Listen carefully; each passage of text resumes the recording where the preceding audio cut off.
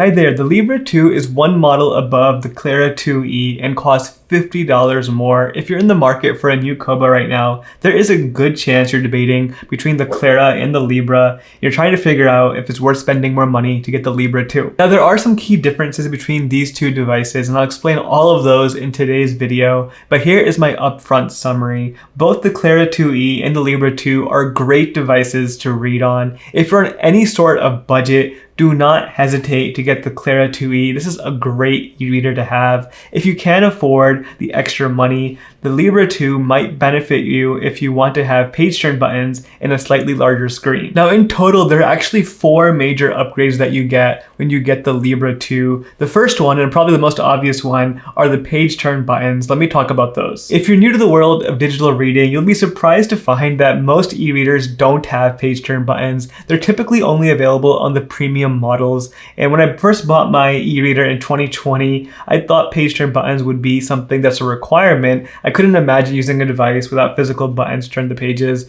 but it turns out it's actually not that much of a requirement after all. You see, you can have a great experience reading books on any e-reader without page turn buttons because swiping on the screen works just as well. The page turn buttons, in my opinion, are a very premium, nice to have, quality of life upgrade, but by no means are they important and a necessity to your experience. You can read just fine by swiping on the screen. The Libra 2 specifically is something I've had a lot of issues with actually when it comes to the page turn buttons. I have a whole review video that talks about them, but basically when you press them in certain places, they don't work for me. This might just be an issue with me and the way I hold it. Other people don't seem to have this problem all the time, but I have to say it's a personal preference at the end of the day. If you want page turn buttons, this by itself can be a feature you pay extra money for, but if you don't really care, it's probably not worth it. The second major upgrade that you get on the Libra 2 compared to the Clara 2e is the screen size. There's a 1-inch difference. The Clara 2e has a 6-inch display, whereas Libra 2 has 7-inch display. Now the Clara is definitely more of a portable and travel-friendly device. I love throwing this thing in my backpack and just reading on it while I commute on the subway in New York City.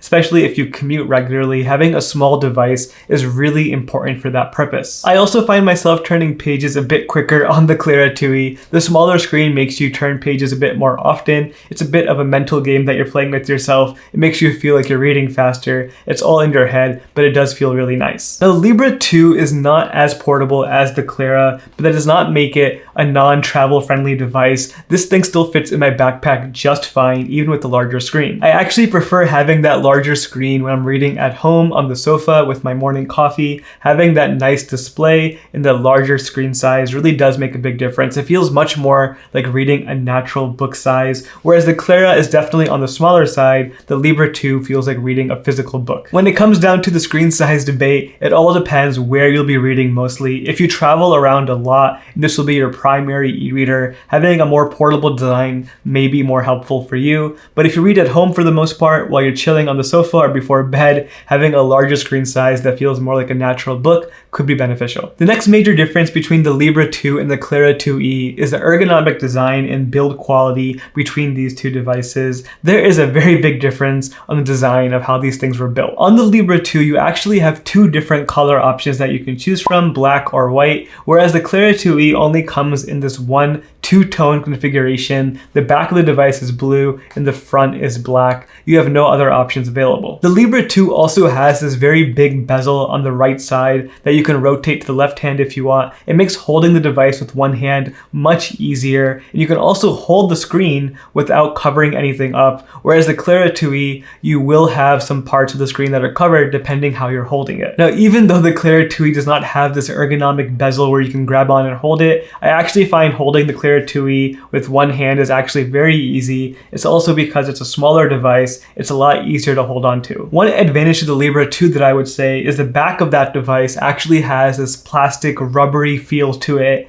It's very grippy to hold, where it doesn't feel like cheap plastic. It feels like you can hold on to it very nicely. The Clara, on the other hand, is all plastic. You don't have any premium feel there at all. Now, even though the Clara is made of plastic, I would not call it a cheap plastic by any means. In fact, the plastic plastic that they're using is 85% recycled, which is pretty amazing for an e-reader. If you care about eco-friendliness, there is no beating the Clara 2e. When it comes down to picking a winner for the build quality and ergonomics, the Libra 2 does have a slightly better build quality because of that rubbery back. It feels a lot more premium, but in terms of ergonomics, I would not call the Libra 2 more ergonomic than the Clara 2e. It does have that special bezel where you can hold on to with the page turn buttons of the Libra 2, but the Clara 2e feels just fine to hold for a long period of time. I don't think it's not an ergonomic device by any means. It just doesn't have that extra side. The next difference between the Clara and the Libra is storage capacity, and this one to me is a non-issue. On the Libra, you do have 32 gigabytes of storage. On the Clara, you only have 16, but for most people, this will not matter at all. Unless you're listening to audiobooks, which take up a bit more storage, if you're just reading regular old books, it's not going to make much of a difference how much storage you have. Reading books takes up very little storage on any e-reader or any device, and having more gigabytes really won't help you at the end of the day. It really only helps if you're reading very graphic heavy books, textbooks, things like that, or audiobooks, which take up a lot more storage. So those were the 4 differences between these two devices, between the storage capacity, the build quality, the screen size, and the page turn buttons. If none of those matter to you, everything else between these two devices is exactly the same. In my opinion, the things that actually matter remain consistent on the Clara and the Libra, which make both devices a great option to choose from. They both have a 300 ppi resolution screen, they both have adjustable warm light, they both have waterproofing, they both have Bluetooth support for audiobooks, they both do not have a flush screen, which makes reading on either device extremely crispy, less layers of glass and plastic between your eyes and the text, and they both are running the same Kobo software experience that lets you borrow library books anywhere in the world, and they both also have USB-C charging and a battery that lasts for weeks at a time. Both the Libra and the Clara 2 are very great options to choose from. Now, if you enjoy learning about this comparison, you're probably going to like watching the deep dive reviews I have on both of these devices. Link for both those videos on the screen right now. Thank you so much for watching. I'll see you next time.